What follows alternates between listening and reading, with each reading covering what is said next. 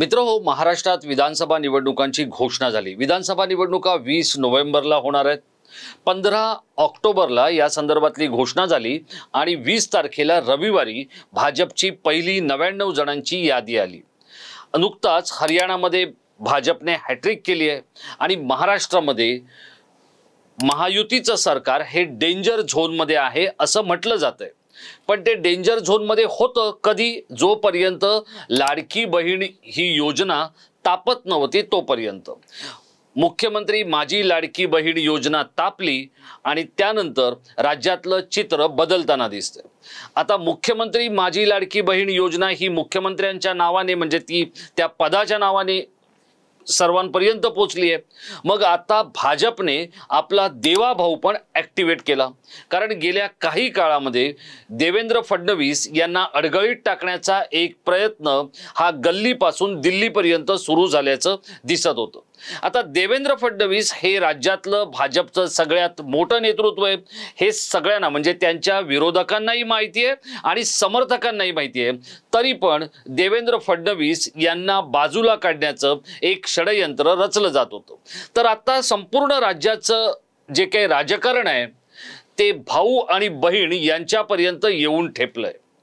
पण सगळ्यांचंच वडिलांकडे दुर्लक्ष होतंय आणि महाराष्ट्राच्या राजकारणात म्हणा किंवा देशाच्या राजकारणात म्हणा, बाप तो एकी है आणि ते कोण आहेत या केंद्र सरकारसाठी म्हणा किंवा राज्य सरकारसाठी, तर बापाच्या भूमिकेत आहे तो म्हणजे राष्ट्रीय स्वयंसेवक संघ, म्हणजेच ज्याला विरोधक संघ या नावाने हिणवण्याचा प्रयत्न करतात किंवा संघ असा उल्लेख करून सतत संघी, संघ, RSS अशा पद्धतीत ज्या गोष्टीचा उल्लेख केला जातो तो राष्ट्रीय स्वयंसेवक संघ आता राज्यात अलर्ट मोडवर पोहोचलेला आहे आणि ॲक्टिवेटही झालाय। हे सगळं का झालंय आणि नेमकं कशा पद्धतीत झालंय हेच मी आपल्याला संक्षिप्त स्वरूपात समजावून सांगणार आहे। नमस्कार मित्रो, मी राजेश कोचरेकर आणि आपण पाहताय आपलं आवडतं न्यूज पोर्टल टाइम महाराष्ट्र।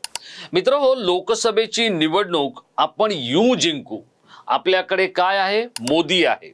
आपल्याकडे काय आहे? अमित शहा यांची निर्णय क्षमता आहे आणि आपल्याकडे 10 वर्षांची सत्ता आणि सत्तेतून आलेली मालमत्ता।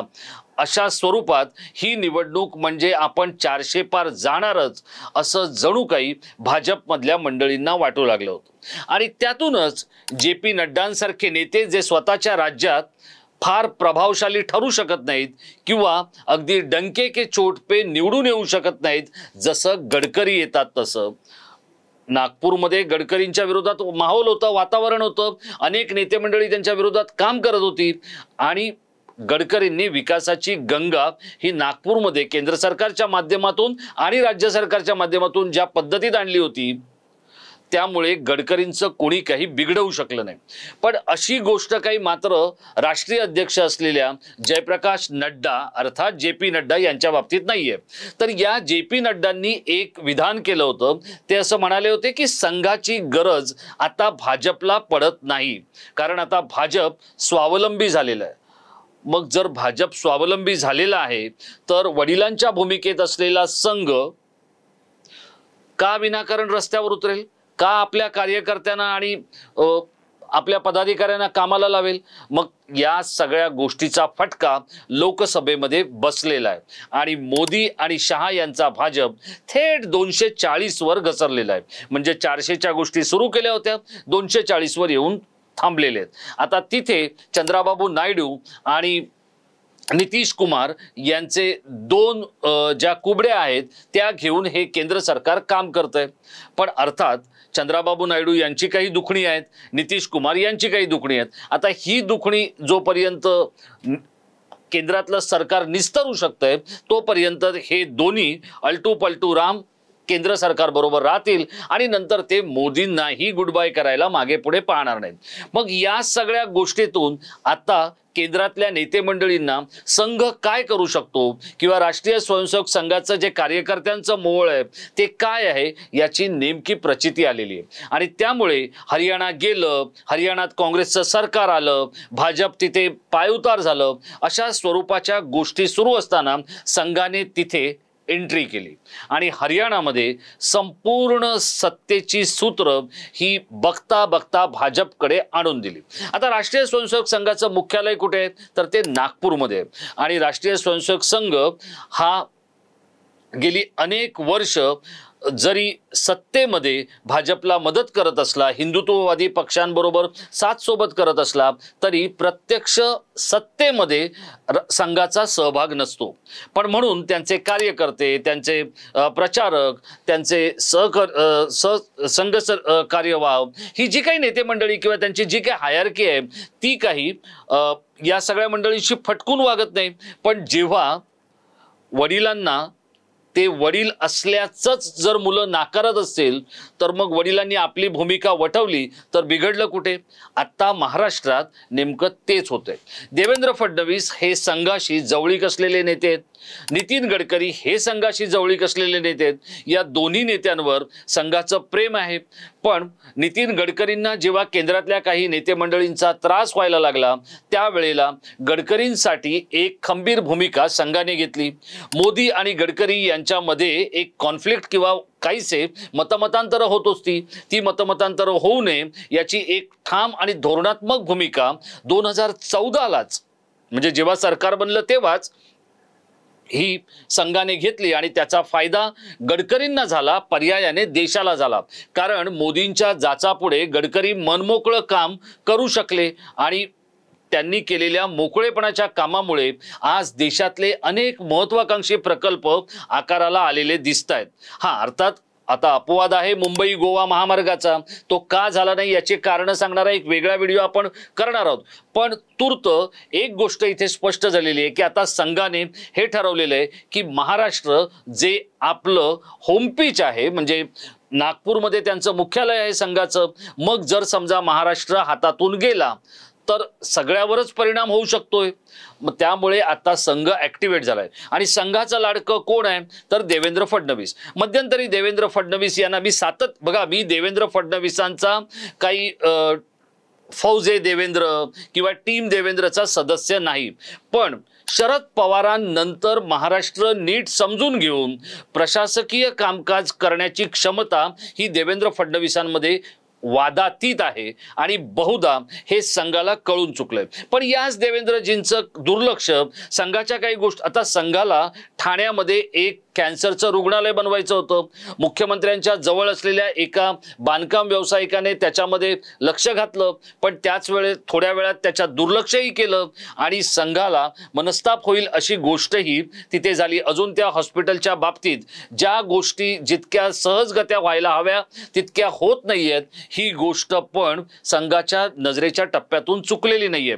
मग अशा गोष्टी जर दुरुस्त करायच्या असतील किंवा अशा गोष्टी जर समाजाकडे अर्पित करायचं असेल, मग एखादं कॅन्सरचं रुग्णालय असू द्या किंवा एखादं दलित तरुणींसाठीचं हॉस्टेल असू द्या किंवा असा समाज उपयोगी जो कोणताही कार्यक्रम जर समाजाला द्यायचा असेल तर मुख्यमंत्री तुमचा असायला हवा, उपमुख्यमंत्री तुमचा असायला हवा, मंत्री तुमचा असायला हवा, सरकार तुमचं असायला हवं। आता ही गोष्ट संघाला नीट कळली आहे आणि त्यामुळे संघाने देवेंद्र फडणवीस यांच्या पाठीशी, एकनाथ शिंदे यांच्या पाठीशी उभं राहायचं ठरवलेलं आहे। आता सगळ्यांनाच असं वाटत होतं की भविष्यात सरकार आलं तर देवेंद्र फडणवीस हे मुख्यमंत्री नसतील, कारण जर 2 वेळा सलग ते मुख्यमंत्री झाले असते तर केंद्रात ज्यांना मोदींचा उत्तराधिकारी व्हायचंय त्यांनाही त्रास होऊ शकला असता। त्यामुळे देवेंद्र फडणवीस यांची सेवा किंवा कार्यकाळ खंडित केला गेला। अर्थात हे सगळं आता एव्हाना संघाच्याही लक्षात आलंय आणि केंद्रातल्या भाजप श्रेष्ठींच्याही लक्षात आलंय। त्यामुळे राज्यात बघा रविवारी ही 99 जणांची यादी आली, यामध्ये 72 लोक असे होते की ज्यांना रिपीट केलं गेलंय, ज्यांना पुन्हा निवडणुकीच्या तिकिटा दिल्या गेलेल्या आहेत। आता ज्या 72 लोकांना तिकीट दिली त्यांचा काही प्रश्न नाही, पण ज्यांना तिकीट मिळाली नाहीत यांच्यासाठी समुद्रकिनारी जाण्याशिवाय दुसरा पर्याय नव्हता आणि त्यामुळे ही सगळी मंडळी मलबार हिलच्या समुद्रकिनारीवर गेली आणि तिथे असलेल्या सागर बंगल्यावर विसावली। आता देवेंद्र फडणवीस हे गेल्या काही काळ कोणालाच भेटत नव्हते, प्रत्येकाशी अंतर ठेवून वागत होते, प्रत्येकाला 4 हात लांब ठेवत होते। मी पुन्हा सांगतोय की हा देवेंद्र फडणवीस यांच्या प्रमोशनचा व्हिडिओ नाही, कारण देवेंद्र फडणवीस हे मित्र हो असे ग्रस्त आहेत की महाराष्ट्रातल्या महासत्तांतरावर मी लिहिलेल्या पुस्तकाची प्रत घेण्यासाठी सुद्धा त्यांनी मला वेळ दिलेली नाहीये। म्हणजे विचार करा, ते त्यांचा काही संबंध असो नसो, ते जेव्हा फटकून वागतात तेव्हा ते किती फटकून वागतात याचं उत्तम उदाहरण मी स्वतः माझ्या स्वानुभवामुळे घेतलेलं आहे। आणि त्यामुळे फौजे देवेंद्र किंवा टीम देवेंद्र किंवा देवेंद्र आर्मीचा सदस्य नसल्यानंतरही महाराष्ट्रात जे बदल घडत आहेत ते आपल्याला दिसत आहेत आणि तेच मी आपल्यापर्यंत मांडण्याचा प्रयत्न करतोय। राज्यात जसं शिवसेनेच्या बाबतीत स्थानिक लोकाधिकार समिती ही तळागाळात घराघरापर्यंत पोहोचलेली असते, संघ भाजपसाठी तसा घराघरात आणि मनामनात लोकांमध्ये जाऊन प्रयत्न करतोय। आणि त्यामुळेच मुख्यमंत्र्यांचे चिरंजीव हे भाजपच्याच एका मंत्र्यामुळे अडचणीत येत असताना संघाने कल्याणमध्ये बाजू सावरलेली होती, ठाण्यामध्ये बाजू सावरलेली होती, संघाने तेव्हा तिथे मदत केली। त्यामुळे नरेश मस्केंसारखा एक तरुण महापौर पदी काम केलेला कार्यकर्ता खासदार होऊ शकला, ठाण्यातून हॅट्रिक करू शकला, मुख्यमंत्र्यांचा पुत्र डॉक्टर श्रीकांत शिंदे। आणि एकनाथ शिंदेंना जे यश मिळालेलं आहे त्यामध्ये देखील राष्ट्रीय स्वयंसेवक संघाचा वाटा आहेच। आणि यातही एक महत्त्वाची गोष्ट आहे की एकनाथ शिंदे हे जरी शिवसैनिक असले तरी ठाणे जिल्ह्यातला जो संघाचा कार्यकर्ता आहे या सगळ्यांशी स्वतःचे अत्यंत स्नेहपूर्ण संबंध जपण्यात आणि राखण्यात एकनाथ शिंदे यांचा हातखंडा आहे। मग स्वर्गीय प्रमोद महाजन यांचे पत्नी असू द्या किंवा एखाद्या बँकेच्या संचालक मंडळावरचं संघाचं प्रतिनिधित्व करणारी मंडळी असू द्या, या सगळ्यांशी एकनाथ शिंदे यांचा वागण्याचा एक ऑरा किंवा पद्धत ही वेगळी आहे। आणि आता हीच गोष्ट देवेंद्र फडणवीस यांच्या बाबतीत संघ करतोय, कारण आपला माणूस म्हणून संघाने फडणवीसांकडे लक्ष द्यायला सुरुवात केलेली आहे। आता या सगळ्याचा फायदा फडणवीस किती उचलतात आणि संघाला किंवा भाजपला पुन्हा सत्तेच्या प्रवाहात आणून हे राज्य फडणवीस शिंदे या जोडगोळीकडे राहतं की आणखी त्यामध्ये काय होतं हे बघणं खूपच औत्सुक्याचं आहे। कारण ही जी सगळी मंडळी जी नाराज होती, जी बंडोबाच्या अवतारात सागर बंगल्यावर पोहोचली होती, जर जुने फडणवीस असते तर कदाचित त्यांनी त्यांना भेट दिली नसती। पण आता शहा आणि मोदी यांना कळून चुकलंय, महाराष्ट्रासारखं राज्य जर गमावलं गेलं तर मात्र दिल्लीतली जी केंद्राची सत्ता आहे किंवा केंद्र सरकार आहे हे खिळखिळ व्हायला फार वेळ लागणार नाही। आणि त्यामुळेच एका बाजूला आता उद्धव ठाकरे यांच्या प्रियांका चतुर्वेदी असू द्या किंवा उद्धव ठाकरे यांचे पीए मिलिंद नार्वेकर असू द्या, अमित शहा यांना शुभेच्छा देण्यासाठी अगदी 12चा ठोका गाठण्याची धडपड या सगळ्या मंडळींकडून केली जाते। मोदींना ते कार्यसम्राट पंतप्रधान असल्याचे दाखले प्रियांका चतुर्वेदींसारख्या नेत्या ज्या आदित्य ठाकरे यांच्या विलक्षण निकटवर्ती आहेत त्यांच्याकडून दिले जात आहेत। राज्यातली समीकरणं बदलत आहेत हे मात्र आता लक्षात आलेलं आहे। आणि त्याला सगळ्यात महत्त्वाचं कारण जर काय असेल तर ते आहे राष्ट्रीय स्वयंसेवक संघ हा भाजपच्या पित्याच्या भूमिकेत आहे आणि त्या पित्याने आपली भूमिका जगायची ठरवली आहे। त्यामुळे देवेंद्र फडणवीस यांच्यासारखा काल परवापर्यंत अडगळीत पडेल आणि अडगळीतच गेलाय असं वाटणारा नेता सोमवारी विलक्षण ॲक्टिवेट झाला होता। आणि त्यामुळे प्रांताध्यक्ष किंवा प्रदेशाध्यक्ष जरी चंद्रशेखर बावनकुळे असले, अमित शहांचे लाडले चंद्रकांत पाटील हे माध्यमांसमोर जाऊन राणा भीमदेवी थाटामध्ये अनेक घोषणा आणि उद्घोषणा करत असले, तरी खरा नायक हा संघाने देवेंद्र गंगाधर फडणवीस ठरवलेला आहे। त्यामुळे येणाऱ्या काळामध्ये महाराष्ट्राची सूत्र आणि एकूणच समीकरणं बदलण्यासाठी संघ सज्ज झालेला आहे। आणि त्यामुळे आता सावधान कोणी व्हायचं हाच खरा प्रश्न आहे। पण हे सावधान जसं विरोधकांना व्हायचं आहे तसंच ते भाजपमधल्या काही नेते मंडळींनाही व्हायचं आहे। मित्रहो, आपल्याला काय वाटतंय, राष्ट्रीय स्वयंसेवक संघ अलर्ट मोडमध्ये गेल्यानंतर हरियाणासारखं जाणारं राज्य हे भाजपकडे आलेलं आहे। महाराष्ट्रात वेगळी काही परिस्थिती निर्माण होऊ शकते का?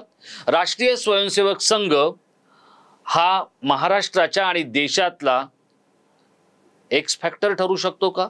आपल्याला काय वाटतंय, आपण आम्हाला आमच्या कमेंट बॉक्समध्ये आपली प्रतिक्रिया देत कळवा।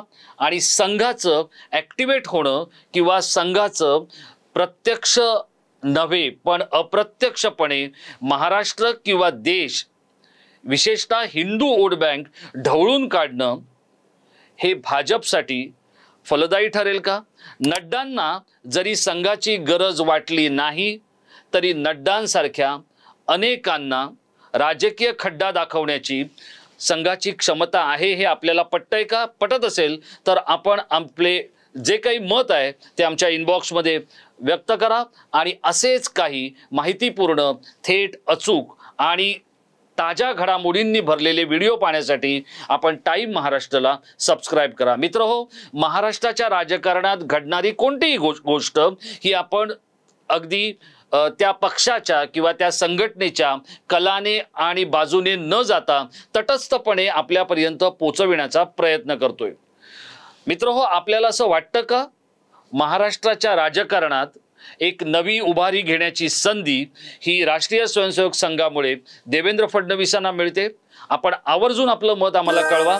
त्या मतांवर आपण पुढचा व्हिडिओ घेऊन येणार आहोत। धन्यवाद।